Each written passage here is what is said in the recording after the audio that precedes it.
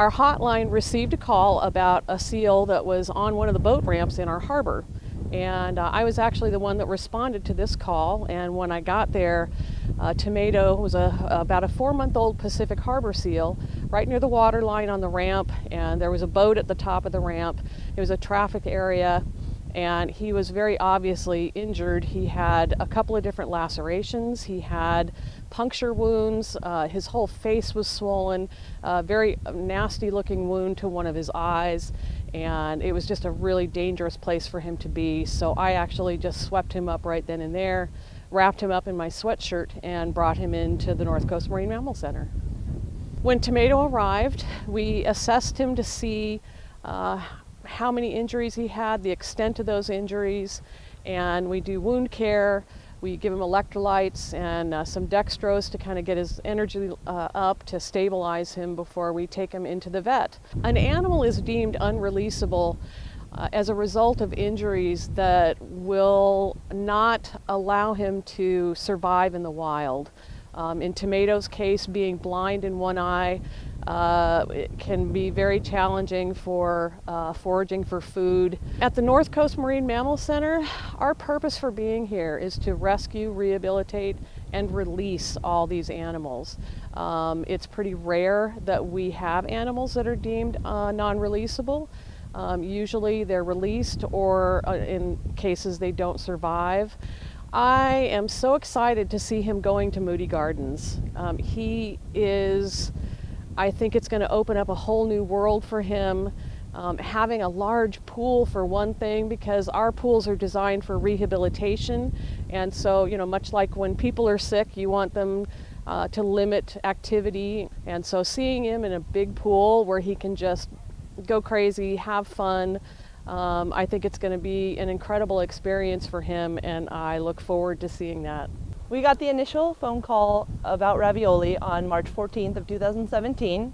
At that point, our intern, another volunteer, and myself went down to assess, and we got to the beach, and she was a nice, healthy, day-old harbor seal pup just laying on the beach waiting for Mom, who was probably out foraging. Ravioli was on a 72-hour watch. At that point, a family had picked her up, and the decision was made that she needed to be brought in to the facility. When Ravioli first came to us, she couldn't regulate her blood sugar and her temperature. She had some seizures, and as time went on, we realized she had neurological troubles. She had trouble with balancing, with diving. So between our doctor and the National Marine Fisheries Service, she was deemed unreleasable. Every year we try to go with a theme for names. So this last year we went with food names. So we had Ravioli, Tomato, and Basil. They were the Italian family. Ravioli's a very sweet, gentle animal. She loves interacting with us.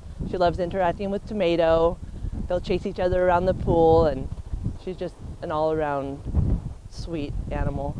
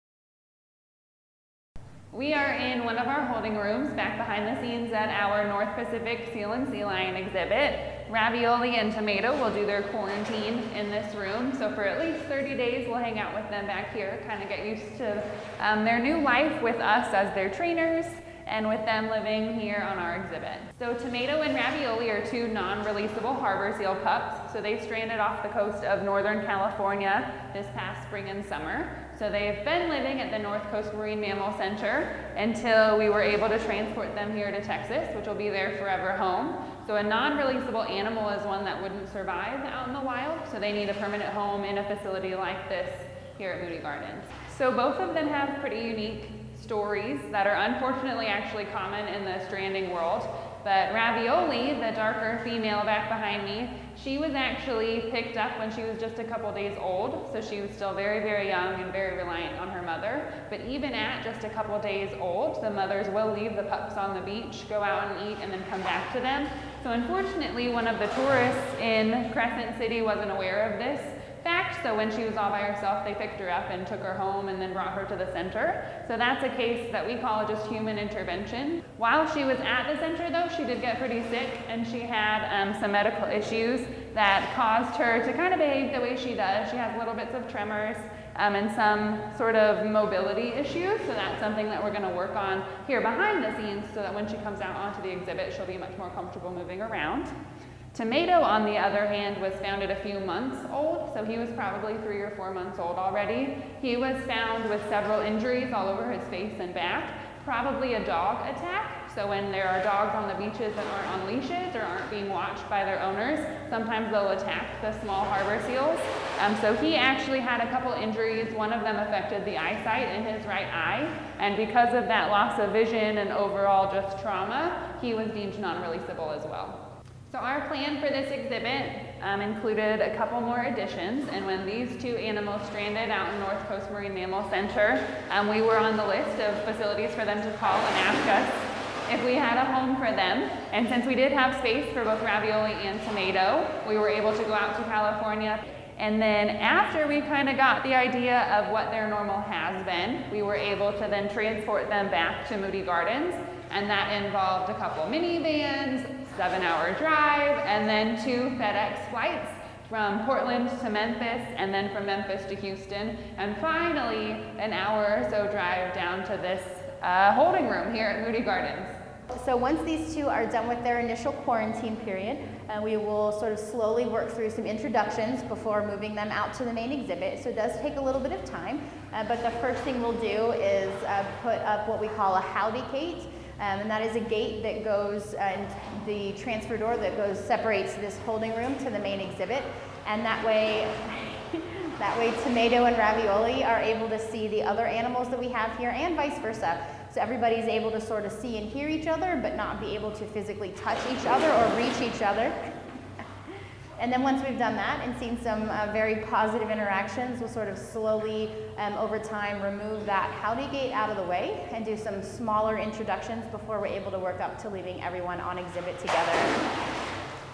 So Ravioli and Tomato here will actually be joining Porter, another harbor seal that was a rescued animal, as well as Squirt, who's our female sea lion, who's also a rescue animal. Hi. So very similar to Ravioli here, Porter was just a couple of days old when he stranded and was able to be rehabilitated in Maine. So their story is very similar, both very small animals that could not be released to the wild. Squirt, our female sea lion, was actually born blind, and they believe that when she tried to finish up nursing from mom and start to catch fish on her own, she couldn't see them. So she also couldn't survive in the wild. So definitely some similarities, but everybody does have a unique story. So we do offer enrichment to our animals here, sort of change up their environment on a daily basis.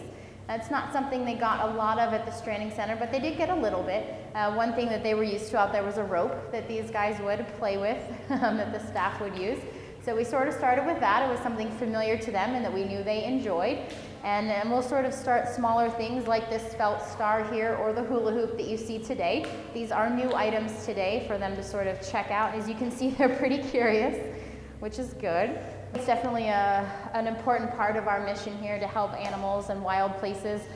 You know, we are very fortunate that so many animals are able to have a good, safe home here that they definitely didn't have outside before they were here. So it's definitely a testament to Moody Gardens and the willingness of them to give these animals a better place.